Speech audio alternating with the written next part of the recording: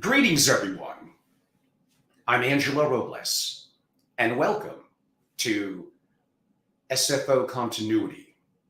So I wanted to share with my relationships, my audience, where my true focus and really passions lie within the family office, specifically single family office community. And some of you that are joining us today are people that perhaps I've known for many a year. I've been in the community for decades. So some of you, it may go back a while, and I greatly appreciate you. But I'm sure we have some others that are new as well. And I think I have a message and effectively a benefit that is going to be impactful and certainly valuable to many of you. So I'll start off with that my messaging, my context of what I call the 30 quote unquote founding members into a private membership community. Really, a lot of this hit me in terms of what works, what doesn't work, and mainly me listening to what you want really over the last couple of weeks.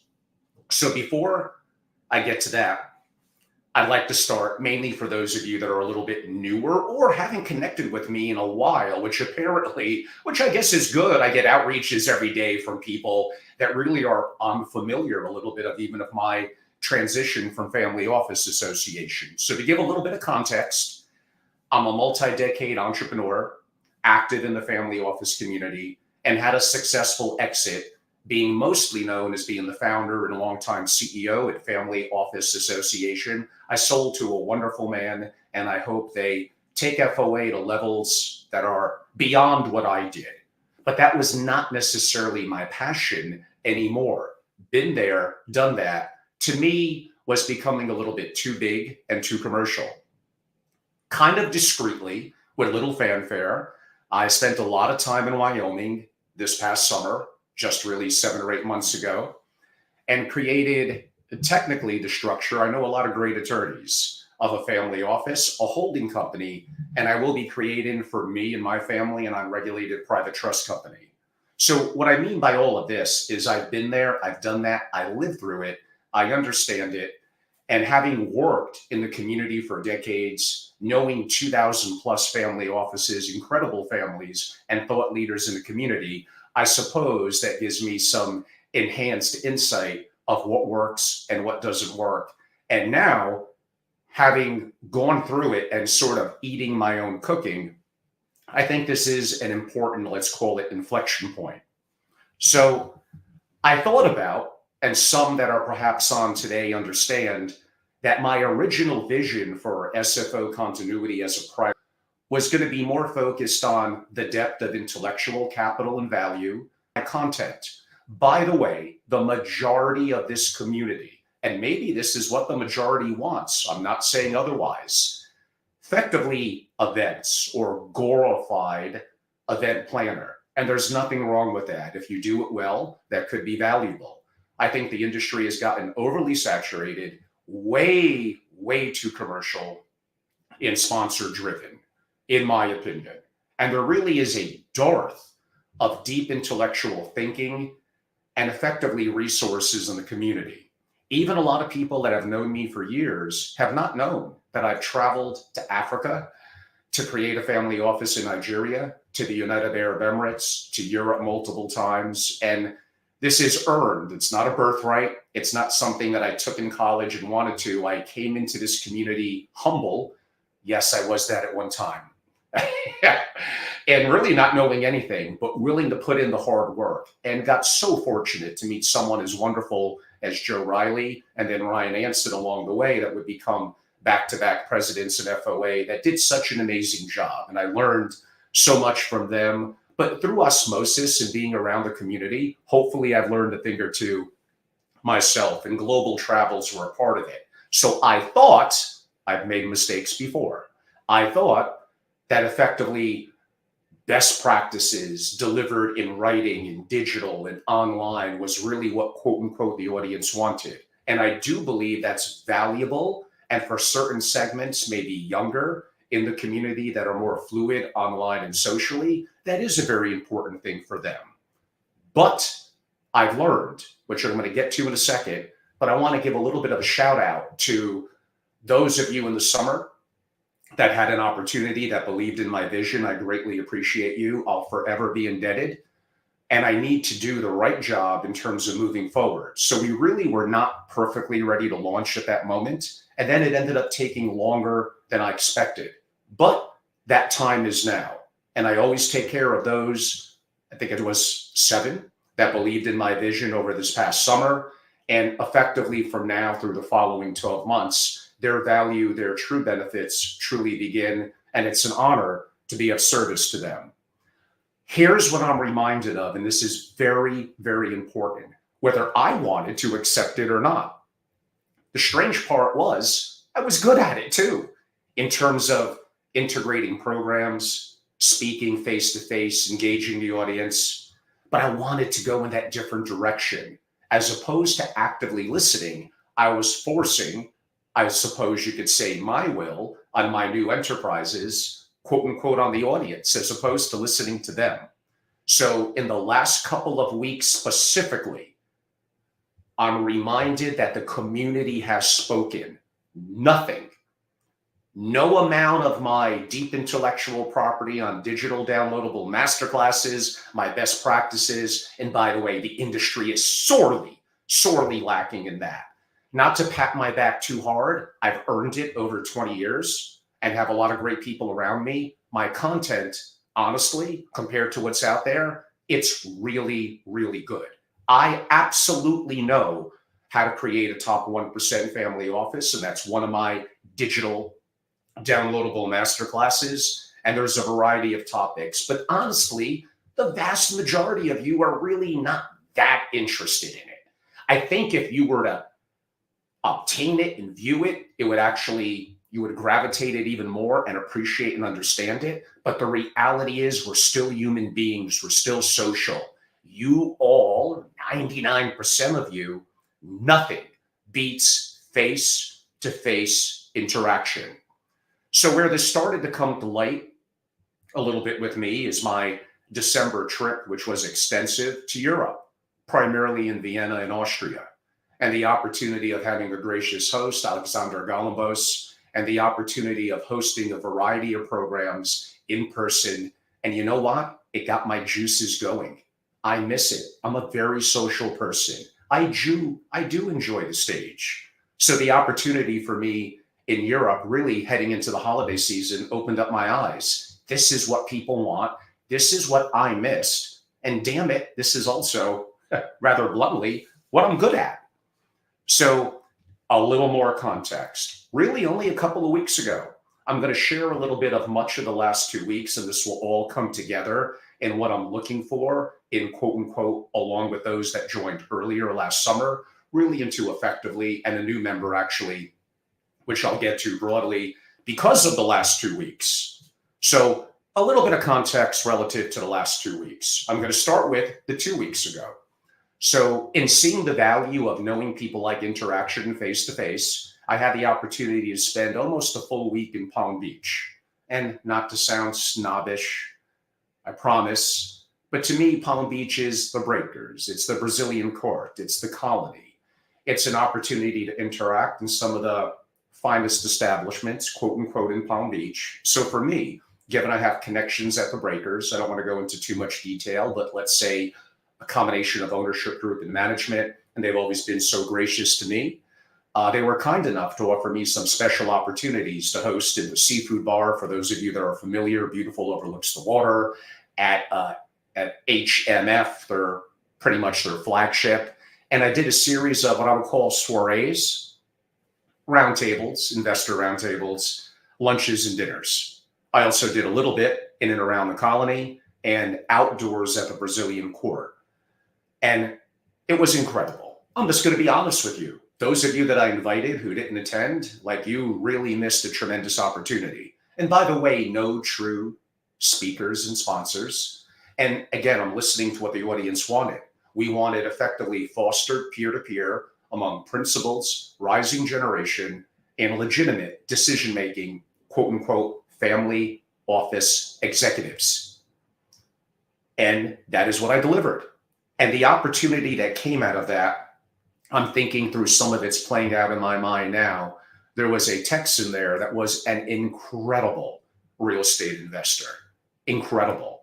And the insight that we were able to get out of him, and then he actively engaged after he felt comfortable, that's what peer-to-peer truly is, was sharing incredible insights over really 15 or 20 minutes on what he does and how he does it.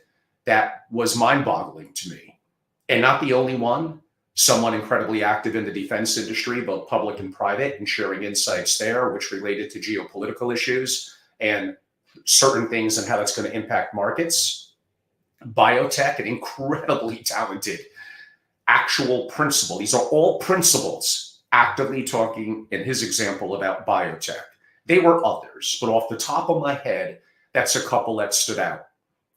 When you see people start to take out their phones and they're explaining that they're not there to send a text or an email, they want to take a note, or those that literally were taking notes and asking for a pen. I don't know if I've ever seen that. Now, part of it is intimate. Some of them are literally, including me, 4 people. And I think the biggest, maybe the soiree at the Brazilian court, more of an outdoor social gathering, was probably 12. So this is intimate. And that's what people wanted. And it worked incredibly well, incredibly. The insight that was fostered, now that I'm a more active investor than ever before, and living and going through some of the things, including generational transition with my family, were honestly, I think, pound for pound better than anything that I've ever done at Family Office Association. So moving forward in my private membership community, which is called SFO Continuity, I'm desiring 30 founding members. After this past summer and the last 2 weeks, we're making damn good progress. What is a founder? It's someone who believed in my vision early, before I even maybe necessarily had something to share, although now I actually do. They deserve a certain amount of respect from my perspective forever. They deserve an opportunity to come in at favorable pricing for their early commitment. Let's go with that. And an opportunity to have a say, which I didn't listen to enough in the summer, and that's my fault. And likely to form committees and have them decide not only somewhat the direction of the group, but also who's going to be coming in.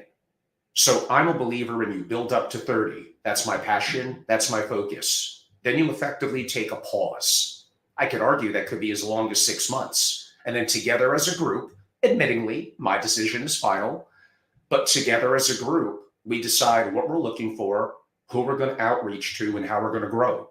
So for me, it's the opportunity of May through October.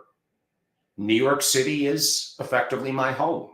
When I'm not in Jackson Hole, which is really not that much, I'm still mainly in Greater Greenwich, Connecticut. So New York City is effectively I'm in a suburb of that.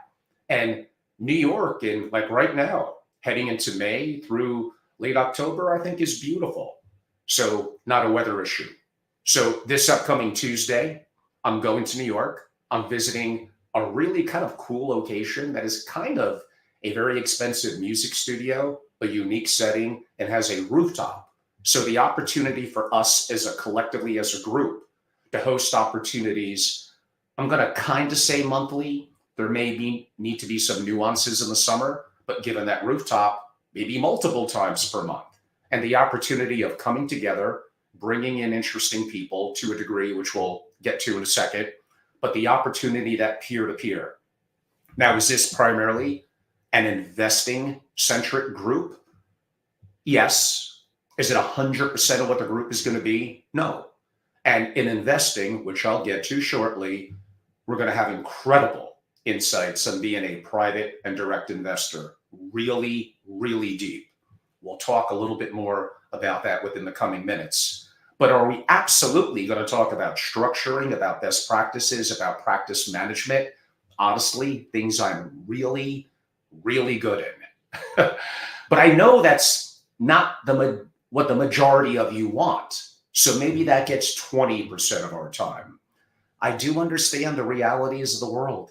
You want to make more money, you want to hold on to what you got, and you want to keep your purchasing power through the impact of taxation and true inflation for the super rich, which I will always argue especially now, is honestly probably closer to that 15% relative to assets you're buying and want to buy that are going up in value. When I interviewed Leon Cooperman, which I'll also get to, I think we spoke about, is the S&P or an index like that probably more of a barometer relative to your purchasing power. But again, I don't want to be too deep in the weeds relative to nuances of macroeconomics and investing. That's what the private group is for. And often, we could go for hours. So talking about things that are very, very important to our wealth and effectively the impact of our legacy. Now, continuing, it's not like it's only 6 months. November through April, Palm Beach is the hub, the home. Palm Beach is awesome. The weather is going to be great.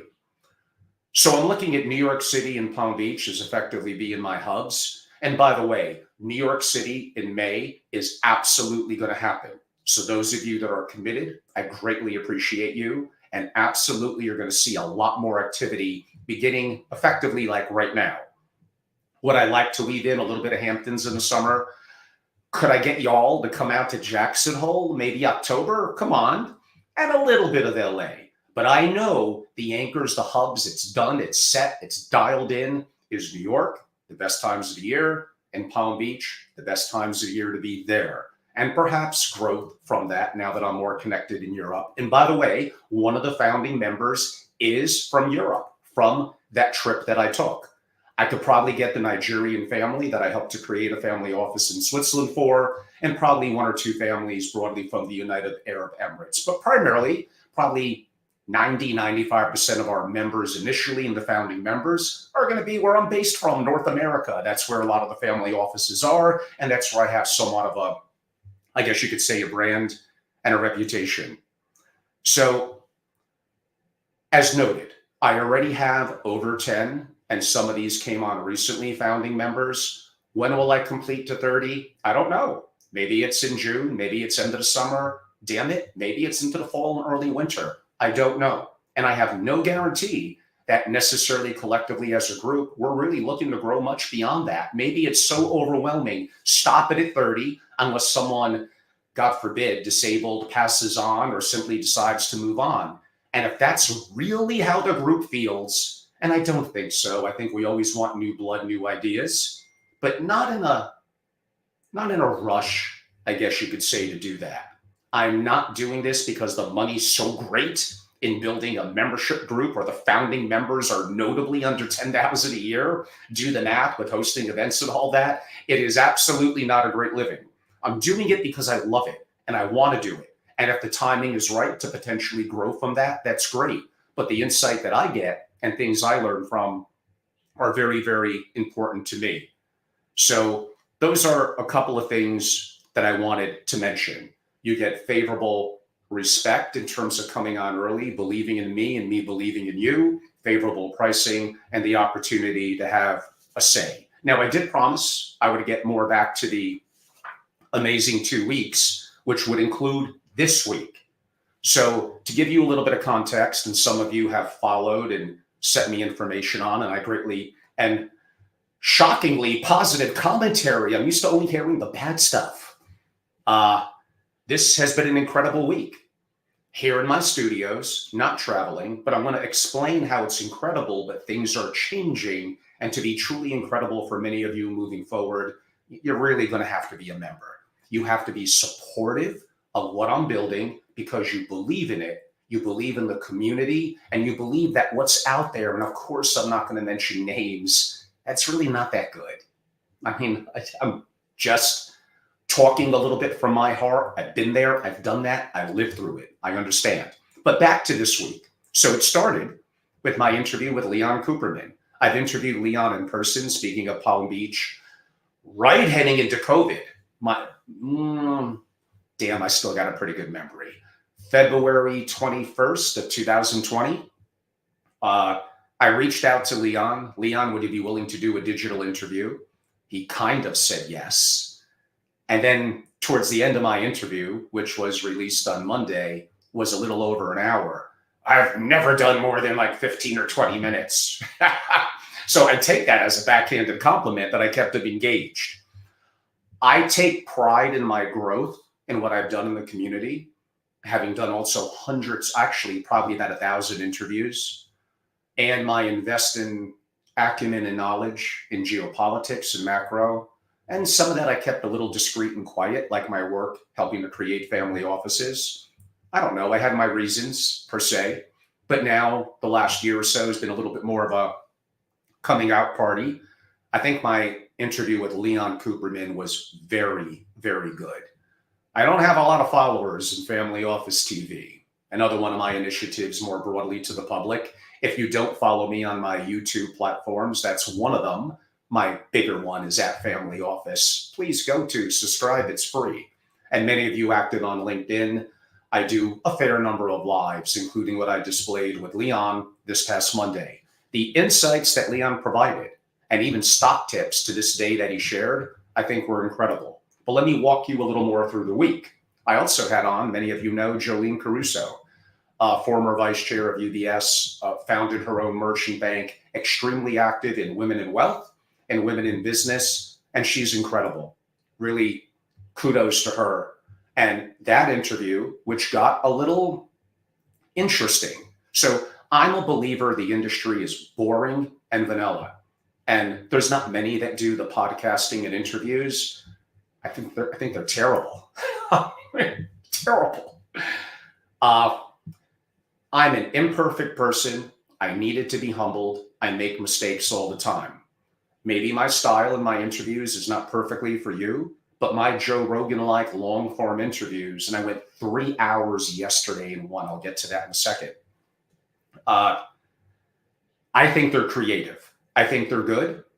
And they're definitely not really that vanilla and boring. I will ask some questions that I do try to bring back into wealth, geopolitics, and family offices, but they are off the wall. Me and Jolene went a little bit at it in a friendly way on issues pertaining to women in wealth, women in finance, even Caitlin Clark, her impact on the upcoming WNBA, the impact broadly in women in finance, and how, again, I do bring that back. I am not afraid to tackle subjects that are tough. I'm honestly pretty fluid in them. I'm definitely curious. And I listen to others, and I'm so disappointed in the content that's out there in the community. And I know I sound like, like a little howdy-towdy about it. It's just, and thank you. This week, I got so many reach outs what an amazing week of interviews. On Wednesday, I interviewed a Stanford professor on creativity and creativity, bringing it back to business, finance, and entrepreneurship. And he actually knows family offices too. That was an incredible discussion. Yesterday was very special. I want to bring it up to you and then tie this back to what I'm doing with the 30 founding members. I had a little over 2-hour interview with Ram Alawalia, who I've known for a long time, and then my before mentioned longest ever, and I probably have done 400 podcasting format, with Adam Robinson, who is incredibly brilliant, has been on Tim Ferriss multiple times. So let me give a little bit of context to both those interviews and then tie it in. For those of you that are not familiar with Ram, this is a brilliant, brilliant man. So we covered effectively how to invest like Warren or Warren Buffett, but not just superficial. We talked about how to build a family empire. And as I travel the world, as I meet with some of the most dynastic families, including multiple in my stay in my work in Europe that go well over 500 years, they have multiple things in common. One of them is the ownership and control of private companies. I know it's more work. I know it's hard. If you're likely to have a truly dynastic family empire that goes way back, you're going to have to engage the rising generation in how the world really works, rolling up the sleeves and getting the benefits and potentially some of the arbitrages of being a legitimate direct investor. We went deep. Now, there's some things that me and Ram left a little off the table because certain things are meant for my members and some of my consulting relationships, and Ram feels the same way about his work. We went really deep in that interview. And again, you got 2 hours of incredible content. I don't believe it's released yet on my YouTube platforms. My team is working on it. They'll be up on Monday or Tuesday, but probably as a replay on X, formerly Twitter, or LinkedIn, because they were live. You could probably scroll through my platforms and find them, but I'm bringing that up. Those days are going to kind of come to an end. This was incredible content with this man.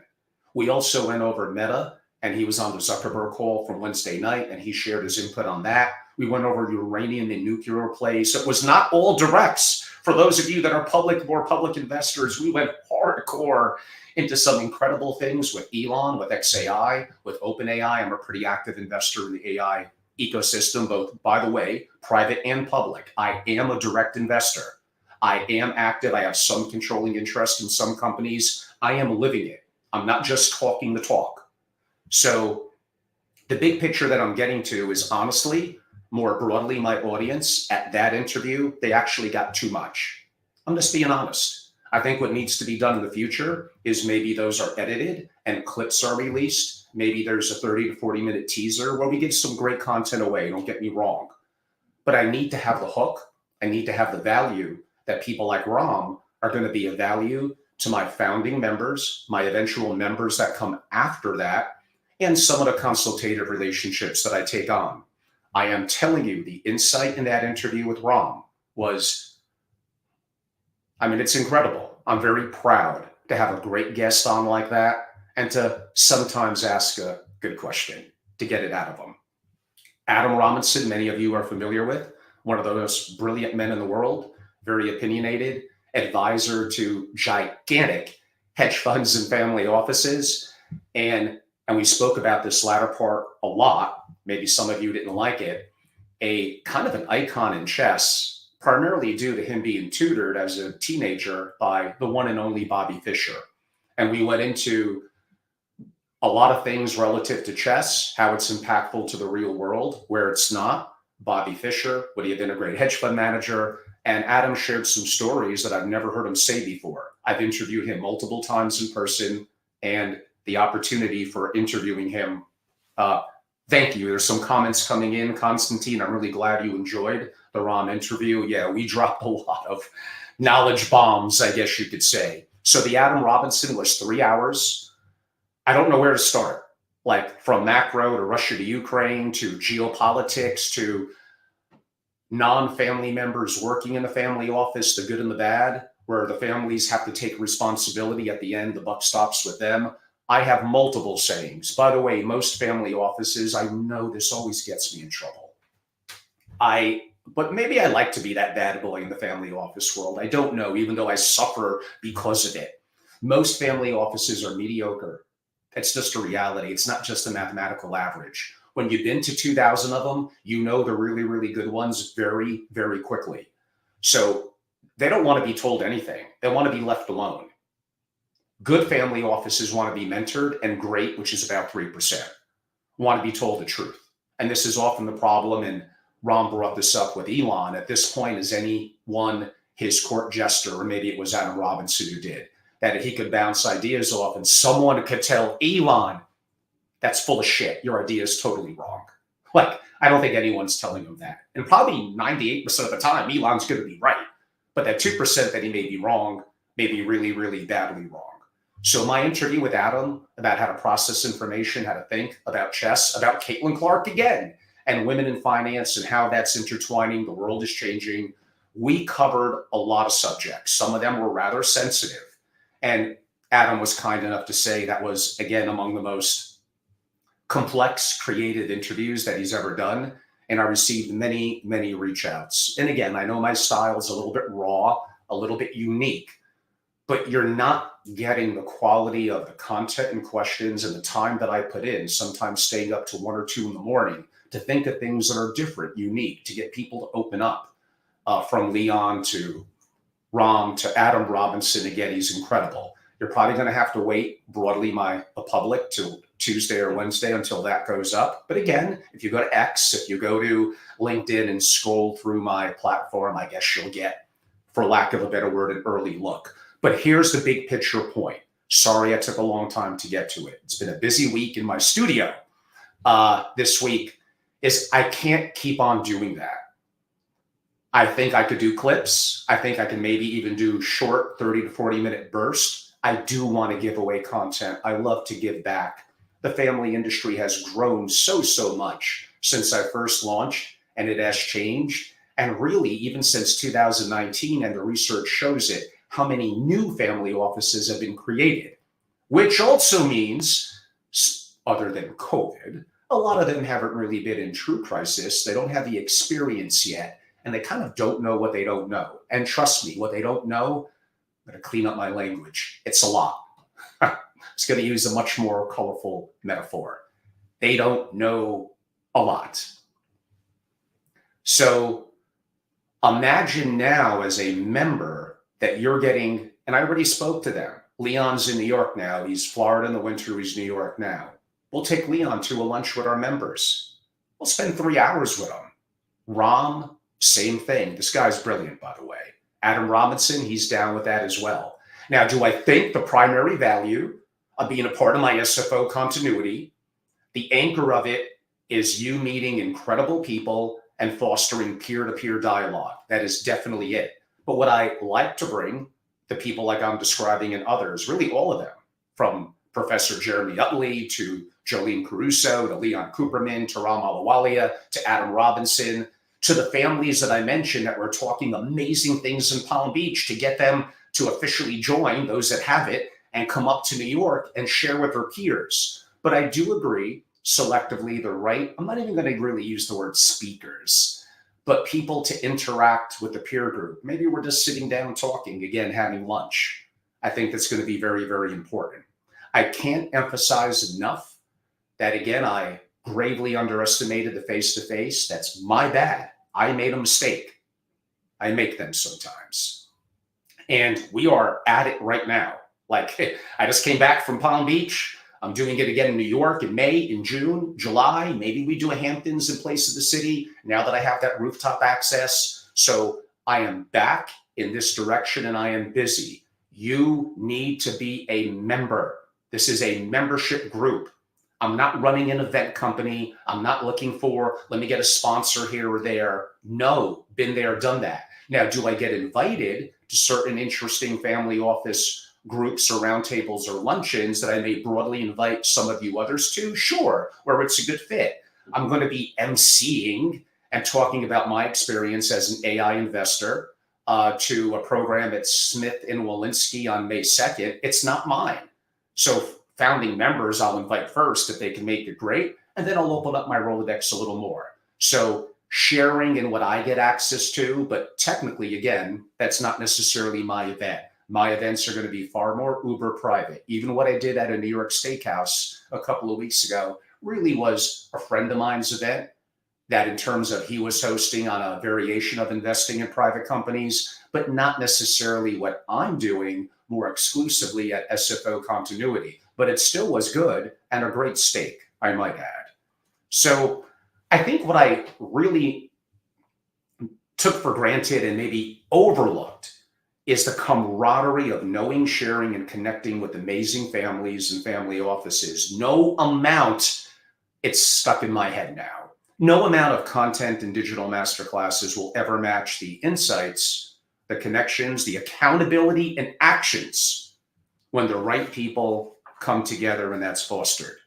So I'm extremely excited about what I'm doing. And yes, if I'm not an advocate in what I do, and I don't ask you if you're qualified to want to be a part of it, then that's not building a membership club. I need to go out there and be the zealous advocate. And I'm going to do it over and over and over again. I've been invited to be on some podcasts, partially thanks to this week. Apparently it got into some pretty interesting hands. Like, my God, this crazy guy Angelo actually occasionally does some wickedly good interviews that are 2 or 3 hours long. I could have went 4 to 5 hours with Adam. He kind of topped out. And by the way, it got a little testy with me and Adam sometimes. And I consider Adam a friend. Certain topics we spoke about, from Caitlin Clark to Bitcoin to other topics, he was getting a little angry. Like, that's okay. Like, Stop with this politically correct, down the middle, boring, vanilla shit. Let's have a strong opinion. Let's go at it from a friendly perspective and let's try to learn. Be careful. And I spoke about this with Ram and Adam about anchoring, about confirmation bias. What happened to the days when we could disagree, have good and open discussions, and learn something from the other party? Have strong opinions, but weakly held. A little bit like poker, as new information comes in, just like how the world is working now. What we learned a year ago, 10 years ago in school, for some of you 30, 40 years ago, does not necessarily apply now. The world has changed. So we already have some extraordinary people. I'm going to be a little careful what I say because he still has to sign on the dotted line and pay. But it looks like we'll be taking in a new member in both Palm Beach and New York. He's both. That is incredible. I don't know where to start. He's an older gentleman, incredibly cordial, beyond wickedly successful, probably one of the 400 most successful people in the world. And what this man does in direct investing is kind of unparalleled. Now, I have mentioned that direct investing a couple of times. The capability of setting up holding companies, of knowing how to structure, and I'm also close with the person who basically was the right-hand man for Ron Perlman for a number of years. And by the way, all family offices, including my friend from a Forbes 200 family in LA, incredibly active direct investors. You've been fed a bunch of bullshit that you need to have dozens and dozens and dozens of employees to be an active direct investor. It is absolutely not true. You need to know how to structure your holding company, how to get it for tax advantages, how to work with NOLs, net operating losses. Of course, great accounting helps to take care of that. And I know, of course, great people. And operators. You know what you really have to do? You got to hire damn well. That's how you build a great family office, by the way. It really is all in the people. If you hire and incentivize and you give them the opportunity to have the runway to excel, you're going to win. I have a saying that I could go into any family office, unless the people are truly just god-awful people at heart, and I could take their mediocrity and within 30 to 60 days, turn it around to good. I don't know if I could do good to great. Love Jim Collins. I think there is a pattern in terms of structure to do that, but some people may simply not have that in them. So that chasm, that difference between good to great, which may only be 10 or 15%, it's actually a pretty damn hard 10 or 15%. I love practice management. I'm great at it, but I know that a lot of you just aren't interested. So I'm giving you what you want. And I missed it. I missed the camaraderie. I missed the face-to-face. I am absolutely back. No interest in building another FOA. Again, if this stops at 30 founding members, I'm kind of good with that as well. We'll see. So, and I already have, including the person who I didn't name, that as he comes back on Monday should be official. Like, join us. Like, I want you to be a part of it. I want you to believe in it, believe in me, believe in the opportunity that we're actively doing things now. Last summer I was a little lost. I wasn't quite there yet. I'm there now. I feel great. I'm energetic. My fitness is incredible. I feel I have a little bit of something to prove. I feel that I might have been somewhere towards the top of the mountain. I've made mistakes where maybe not now. And that bothers me. You want to call that ego, call it ego. I am here. I want to make magic happen. I have incredible people around me. I'm so fortunate to know and have learned from all these incredible, even founders of what I'm doing now, and people that I know in the community, some of them prominent. I don't want to overly name drop. I've interviewed them in person or at my digital programs. Some of them I'm friends with them, their family, in their family office. So I hope you could join us, because collectively as a group, including in doing good in society, our families, and broadly in philanthropy, which I didn't speak enough about, but I wanted to keep this relatively, by Angelo standards, concise. Shocking, I actually planned this as 10 or 15 minutes in what we're 40 minutes in now. So I guess I don't have a problem coming up with words. I have my other weaknesses. I have too many words.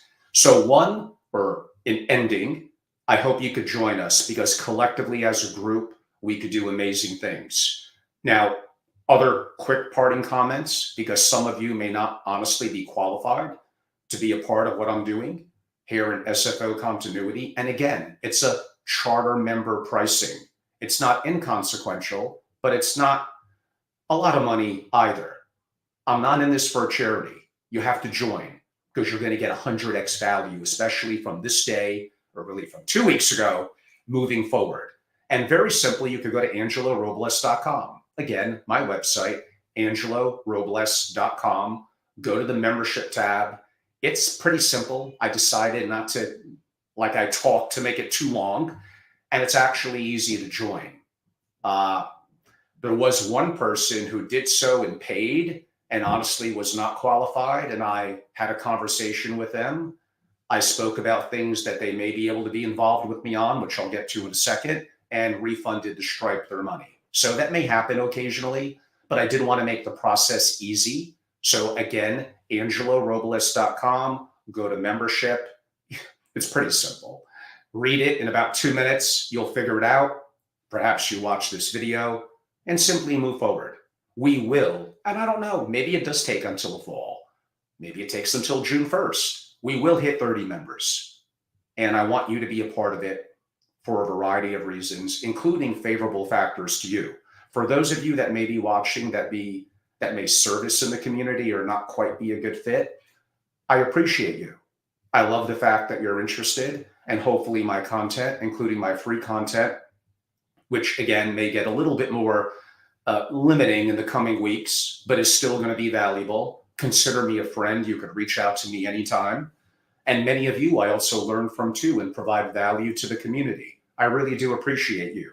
There may be certain circumstances in hosting a social soiree around a Hamptons event or the Milk Inn, which I may go to again this year in LA, where there might be something where it could be an aligned fit relative to some sort of engagement or partnership we could see. So I do want to keep an open mind, but here's what I do know. So reach out to me, email me, angelo@angelorobles.com. Couldn't be any easier. Angelo@angelorobles.com. No matter who you are, I want to do the right thing, be a good person, and be of value to you. But to be very clear, to be a part of the SFO Continuity, my private membership club, and to be a founding member, you need to be qualified. Does it get a little tricky with the rising generation, depending on their age and engagement, if they're legitimately qualified, but they're not necessarily a decision maker? Yes, that may require a case by case. It depends. I get it. There's context. But you do need to be one of them, and you do need to join and pay. You have to be committed. The reality is 99% of people, even qualified, again, what did I say before? They kind of want to be left alone. They think they have it all figured out. Among the 3 things I talk about with family office executives as well, again, don't forget I love practice management, is competency, identifying blind spots, and moving ego aside. Actually, the competency is moderately easy. The latter 2, identifying blind spots and understanding ego and anchoring and confirmation bias and having people tell us the truth, which even I needed more of a couple of years ago. And that's very, very important. So again, I don't want to bog this down to be too long. I don't want to make it a practice management seminar or lecture.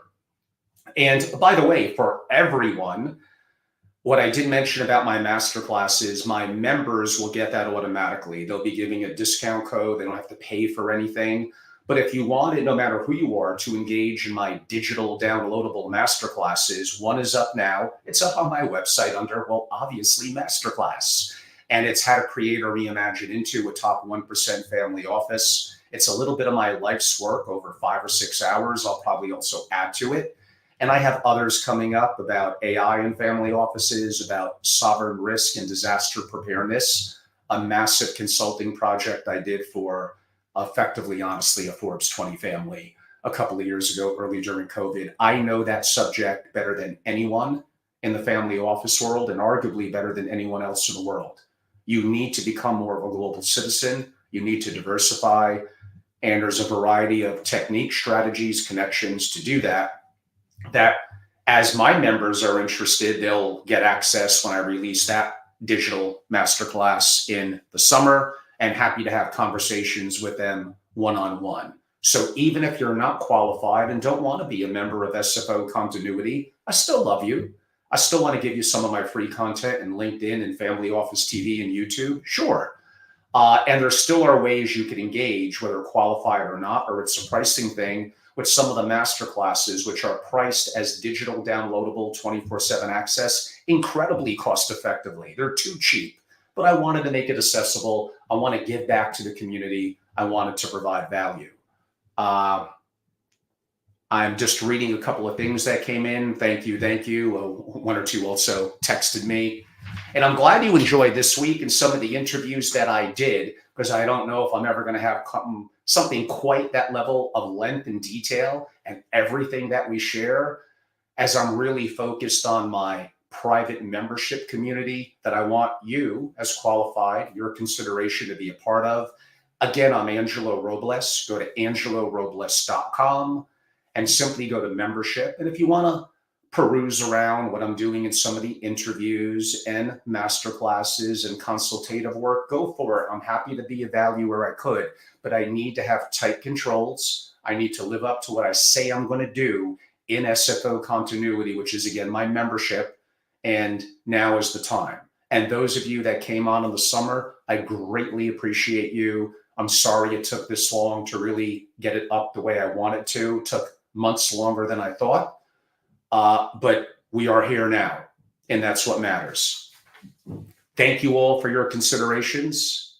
I hope you all have a great weekend and look forward to the next time, and look forward to hopefully some of you becoming a part of what I'm doing. I would greatly appreciate it. Thank you so much, and have a great day.